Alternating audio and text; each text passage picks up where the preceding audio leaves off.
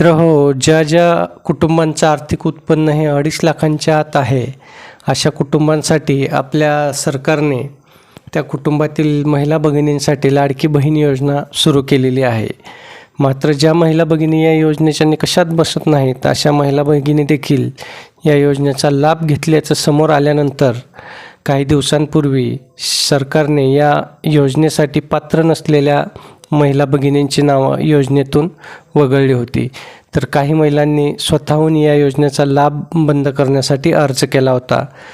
दरम्यान सरकारकडून या योजनेला आता चाळणी लावण्यात आलेली असून ज्या महिला या योजनेसाठी पात्र नाहीत, अशा महिलांची नावे या योजनेतून सरकारने वगळण्यासाठी EKYC सक्तीची केली होती.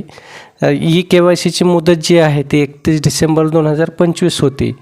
त्यानंतर सरकारने कुठलीही मुदत वाढवलेली नाही आहे आणि सर्वात महत्त्वाचं म्हणजे EKYC वेळेत पूर्ण न केल्यामुळे आपल्या राज्यातील तब्बल 67 लाख महिला आता या योजनेसाठी अपात्र ठरलेल्या आहेत. त्यांची नावे या योजनेच्या यादीमधून वगळण्यात आलेली आहेत.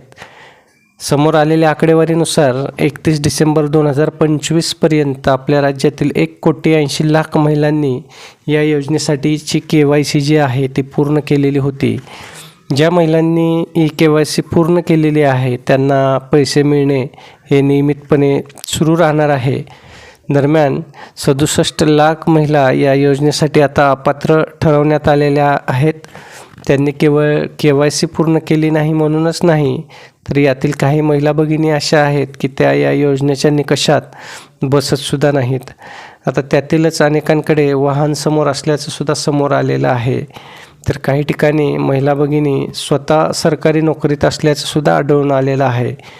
त्यामुळं आता अशा महिला भगिनींची नावं या योजनेतून वगळण्यात आलेली आहेत आणि आता या लाडकी बहीण योजनेच्या KYCसाठी आणखी मुदतवाढ मिळणार नसल्याचं ज्या काही मंत्री महोदय आहेत त्यांनी संकेत दिलेले आहेत.